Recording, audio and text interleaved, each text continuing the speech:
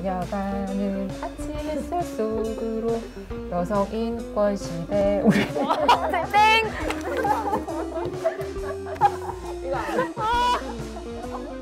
여성 인권을 위한 방송 여성인권 시대! 오늘 사회를 맡은 변정이라고 해. 변언니라고 불려져. 오늘은 부산의 성산업, 그중에서도 유흥업소에 대해서 좀 알아보려고 해. 그래서 새로운 멤버들을 이 자리에 모셨어. 두 언니를 소개할게. 한 명은 지언니. 안녕. 나는 지언니라고 해. 나는 현장 활동가에서 활동하고 있고 지금 한 7년 정도 활동을 한 것 같아. 이름은 지미영이라고 하고 만나게 돼서 반가워. 오늘 많은 이야기를 들려줄게. 자, 또 여러분 안녕. 나는 정희정이라고 하고 정언니라고 불러주면 좋겠어. 나도 현장에서 8년 정도 활동을 했는데 반가워. 지언니, 정언니라고 부를 거야. 오늘은 유흥업소에 대한 얘기를 해볼 거야. 유흥업소는 어떻게 보면 우리 사회에서 그림자 같은 영역이 아닌가 싶어. 너무 큰 그림자지. 지난번처럼 많은 분들이 질문을 좀 던져주셨어. 그래서 그 질문을 바탕으로 우리가 얘기를 나눠볼 거야. 그럼 질문 좀 해줄까? 유흥업소가 대체 뭔가요? 유흥업소의 정의를 좀 알려주세요. 유흥이라는 말이 뭐야? 즐겁게 노는가? 우리 성매매 현장에서 있는 활동가들은 유흥업소를 뭐라고 생각하고 있지? 성착취의 현장? 룸사롱이 대표적이고 풀사롱이 있고 노래방도 유흥업소 중에 하나고 그런 모든 것들이 다 성착취 현장으로 우리는 보고 있어. 즐기고 놀자라고 생각되는 업소 안에서 사실은 굉장히 인권 침해적인 일들이 일어나고 있다는 얘기겠지. 근데 엄청나게도 합법이에요. 그 식품위생법에 보면 유흥종사자라고 버젓이 이렇게 딱 하고 나와 있어요. 손님과 함께 술을 마시거나 노래 또는 춤으로 손님의 유흥을 돋우는 부녀자인 유흥적 객원을 말한다라고 되어 있어. 부녀자가 웬 말인가 싶지. 더구나 유흥적 객원이 있다는 것도 이상한데 굉장히 의외였어 사실. 우리는 유흥업소가 합법이지만 그것이 성착취 현장이라고 생각을 하는데 그 이유 중에 하나는 유흥업소 안에서 여성 종사자를 합법적으로 고용을 하면서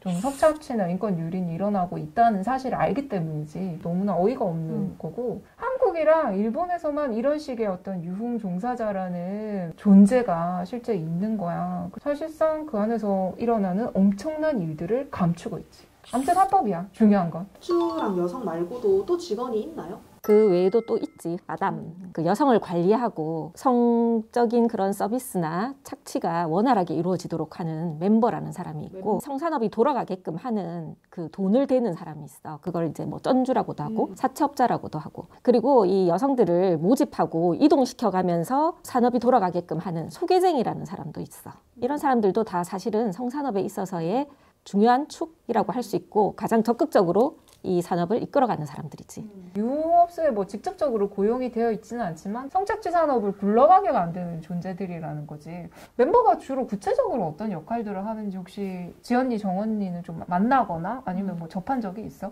그 여성들을 통해서 많이 들었는데 이 차를 나가라는 요구를 하고 나가지 않겠다고 하는 사람이 있으면 그래 너는 나가지 마 이렇게 해서 일을 처음에 들어오게 하고 이제 점점 시간이 흐르면서 그 이 차를 나가지 않으면 불이익을 주는 거야. 사실상 출근을 했는데 남는 게 없는 거지. 손님 배정을 해주지 않는 거지. 사실상 여성이 그 선불금을 받고 일을 하면서 멤버의 말을 듣지 않고서는 선불금을 갚아 나갈 수가 없고 계속 생활을 해나갈 수가 없게 하는 그런 사람이라고 봐야겠지. 언니들은 업주 얼굴을 본 적은 없다고 들 많이 하지. 근데 실제로 멤버라고 하는 사람들은 언니들이 주로 실장님이나 아니면 삼촌 이렇게 많이 부르는데 그 사람들이 이 언니들의 출퇴근을 관리를 하고 모든 근태 이런 것들을 다 관리를 하면서 실제로 카톡으로 언제 출근했다 퇴근한다 아니면 언제 입실했다 언제 누가 퇴실했다 이런 것들의 정보를 싹 다 주고받는다고 해. 그런 역할을 멤버가 하고 있어. 그러면 여기서 역할 정리를 조금 더 할게. 일단은 업주가 있어. 이 유흥업소 자체의 업주로서는 합법적인 지위를 가지고 있다고 볼 수 있지. 사실은 이 안에서 2차라는 이름으로 성매매가 일어나. 알면서도 묵인을 하는 거지. 그리고 업주 외에도 뭐 건물주가 있을 수도 있어. 그리고 마담은 이 업소를 관리하는 역할이야. 다시 말해서 이제 구매자나 손님들이 오면 술을 팔고 여성들을 룸사롱 안에 넣고 하는 역할을 하는 거지. 그리고 멤버는 어떻게 보면은 여성들을 통제하고 데리고 다니면서 업소라는 성산업과 연결하는, 그리고 쩐주라는 자금책과도 연결하는 그런 역할을, 매개 역할을 함으로써 결국은 성착취 산업의 가장 핵심적인 알선 역할을 하는 것 같아. 그러면 업주는 도대체 얼마를 보는 건가요? 얼마 벌어요? 액수보다 나는 그런 말을 하고 싶어. 여기서 벌어지는 돈들은 다 어디서 나왔느냐. 구매자가 낸 돈이겠지. 그렇지만 여성이 성매매 되고 착취에 동원되어서 벌어들인 수입을 다른 사람들이 다 나눠 갖는다는 거지. 그 사람들은 착취에 동원되지 않았거든. 그래서 착취를 당한 사람이 번 돈을 착취당하지 않은 사람들이 가져간다. 이것이 가장 핵심이라고 생각해. 결과적으로 이렇게 무수한 많은 사람들이 여성 등에 빨대를 꽂고 살아간다. 이렇게 생각을 하면 가장 정확할 거야. 룸사롱의 핵심이 뭐라고 생각해? 지연님? 2차지. 또 뭐가 있을까? 2차 가기 전에 뭐 해? 뭐 하지? 흥정을 하지 않을까? 1차에서 뭐 하지? 룸사롱의 핵심은 초이스라고 생각해. 초이스지. 돈 있는 구매자가 선택을 하는 거지. 안 그래? 그래, 맞아. 실제로 서울에도 그 강남에 많은 유흥업소 쪽에 매직미러 초이스라는 업소가 따로 있거든. 매직미러 초이스? 그래서 성구매 남성들만 여성을 볼 수 있고 여성들은 누가 나를 선택하는지 알지 못하지. 그래서 의자에 쫙 이렇게 하나의 상품처럼 여성들이 앉아 있으면 남성들이 와서 이렇게 초이스를 해. 아, 남성들한테는 거기가 유리창인데 그렇지. 여성들이 봤을 보이지 때는 않는 그냥 거지. 거울인 거야. 초이스를 하려면 어떻게 해야 돼? 잘 보여야겠지. 그렇지. 지대어서. 원하는 상품 걸 다 가치가 해주고. 높아야 되는 거야. 자기 몸도 관리를 해야 되겠지. 다이어트, 성형, 미용실. 자신을 상품으로서 가치를 높이기 위해서 꾸미는 비용에 어마어마한 돈이 들어간다고 사실은. 그런 부분들까지도 여성들에게 부과되는 게 유흥업소 현장이야.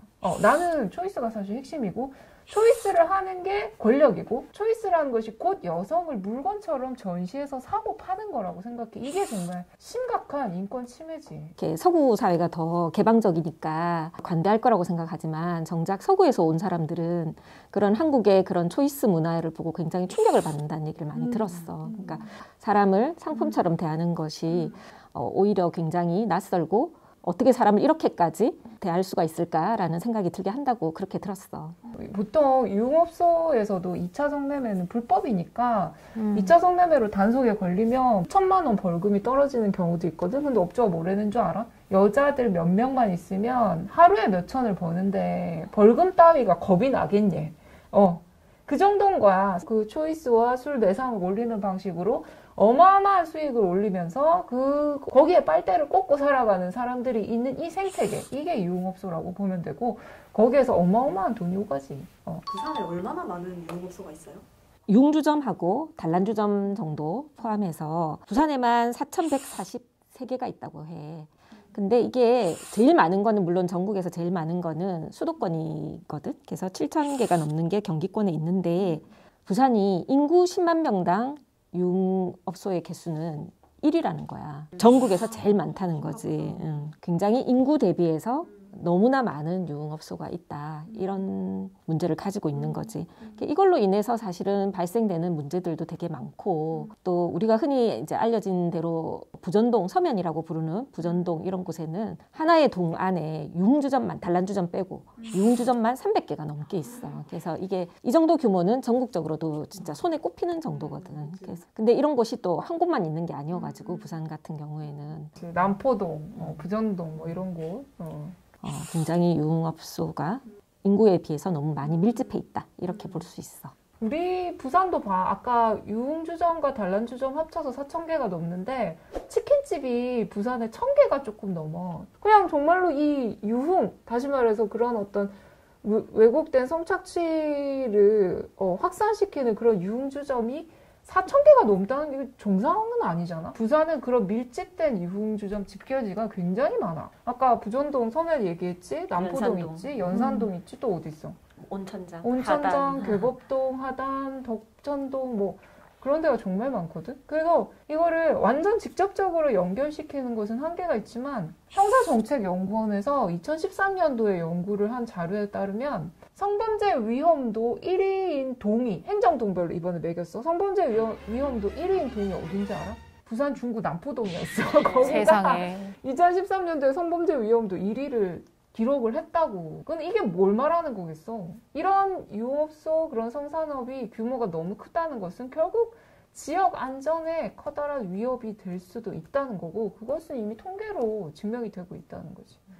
남포동 같은 경우는 완월동하고도 가까우니까 우연이 아닐 거란 생각이 드네. 가장 큰 거는 그거 같아. 처벌도 처벌이지만 안 걸리면 된다라고 생각하고 이게 범죄가 아니라는 것. 그러니까 단순히 법에서 금지하고 있으니까 범죄다 이게 아니라 도덕적으로나 그다음에 법적으로나 명백한 범죄라는 것, 이것에 대한 인식이 좀 낮다는 것, 그게 가장 큰 문제가 아닐까 싶고, 그리고 이제 기소유예 처분을 받는 것도 문제지만 그렇지 않고 뭐 이렇게 좀 처벌을 받는 경우에도 진짜 재수가 없어가지고 막 창피해서 내가 뭐 이러면서 왜 이렇게 운이 없지? 뭐 이런 식의 생각을 하면서 넘어가는 경우들이 많고, 그걸 주변에서도 남자가 그럴 수도 있지 뭐 이렇게 생각을 하는 경우가 많다는 거지. 그래서 사회적으로도 용인되고 가족들의 그 어떤 좀 뭐 욕은 먹을 수 있겠지만 가족들의 도움을 받을 수 있기 때문에 이런 것들이 정말 해서는 안 될 일이라는 좀 없는 것 같아요. 오늘은 부산의 유흥업소에서부터 시작해서 그 안에 어떤 성착취 구조가 이루어져 있는지까지 다 알아봤어요. 이게 지난번에도 얘기한 것처럼 정말 오늘 얘기한 것도 빙산의 일각일 뿐이야. 우리가 뭐 영화나 미디어를 통해서 보여지는 유흥업소의 화려함 너머에 이런 어떤 현실 좀 알게 되는 시간이 되었길 바래. 오늘 어땠어? 지언니, 정언니 오늘 처음 출연해가지고. 나는 하면서 이런 생각이 들었는데, 나도 부산 사람이기 때문에 이렇게 살아가면서 이런 유흥 문화가 당연한 것 혹은 또 우리들의 일부라고 나도 은연중에 그렇게 느끼면서 살아왔던 것 같아. 근데 당연하지 않다는 것을 이 기회에 좀 생각해보고 많은 사람들이 거기에 동의를 해줬으면 얼마나 좋을까. 그게 존재한다고 해서 항상 당연한 건 아니잖아. 그렇게 살아왔다고 해서. 그래서 그런 것들을 좀 많이 생각하면서 방송을 했고 그렇게 되었으면 좋겠다는 생각이 들어서 정말 뜻깊은 자리였어. 모두들 고마워요. 지언니는 어땠어? 나는 오늘 이런 많은 이야기들을 하면서 좀 갑갑하다는 생각이 들었었거든. 예를 들면 이제 부산이 성산업의 1, 2위를 다투고 있잖아. 그래서 현장 활동가로서는 좀 고민이 많이 됐어. 어떻게 하면 이 성산업을 좀 축소시키고 부산이 이런 좀 불명예스러운 것들을 좀 탈피할 수 있을까? 그런 고민이 많이 되는 시간이었어. 맞아. 우리 현장 활동가 입장에서는 고민이 더 많이 깊어지고 할 일이 여전히 더 많다는 걸 좀 깨닫게 되는 그런 어떤 시간이었던 것 같아. 그래서 어쨌든 성산업이 이렇게 많다는 것이 우리가 살아가야 될 도시의 모습도 미래도 아닌 것 같아. 우리 다 같이 이거는 우리가 살아가는 도시의 문제라고 생각을 하고 우리 모두 할 일을 같이 찾아보고 이야기해 나갔으면 좋겠어. 지금까지 들어줘서 고마워. 다음 시간에 또 불러줘. 안녕. 안녕.